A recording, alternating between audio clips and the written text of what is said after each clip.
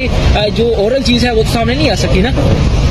دیکھیں فوج نے الیکشن بالکل ٹھیک کروائے ہیں. جو فارم 45 ہے وہ آج بھی پورا ہے. دوبارہ الیکشن کرانے کی بھی ضرورت نہیں.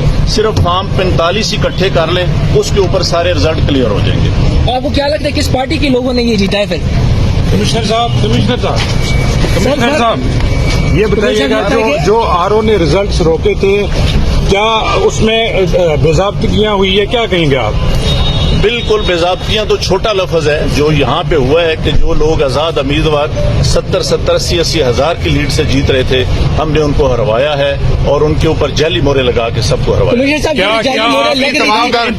آپ نے کسی سے کہا کہ سب کچھ ہو رہا ہے, غلط ہو رہا ہے, اس کو روکا جائے؟ دیکھیں میں یہ ساری اس غلط کاری کی ذمہ داری اپنے اوپر لے رہا ہوں, اور ساتھ آپ کو بتا رہا ہوں کہ جو چیف الیکشن کمشنر ہے, جو چیف جسٹس ہے, وہ بھی اس کام میں پورے شریک ہیں. کس کے کہنے پہ سب کچھ ہوتا رہا؟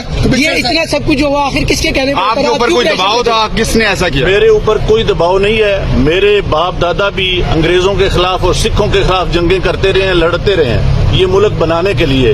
اب میں اس ملک کو توڑنے کا حصہ نہیں بن سکتا. کمشنر صاحب آپ نے راولپنڈی کی بہت بڑی خدمت کی ہے, آپ نے بڑے بڑے میگا پروجیکٹ میں 24 گھنٹے کام کیا ہے.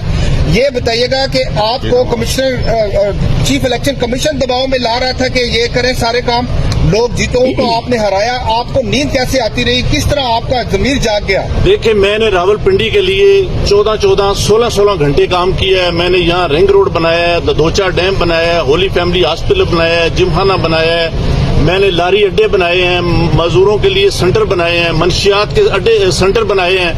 سب کچھ میں اپنے ملک کی بہتری کے لیے کرتا رہوں, لیکن آخر پہ میں نے جو اس ملک کے پیٹ میں چھرا گھونپا ہے مجھے وہ سونے نہیں دیتا. کمشنر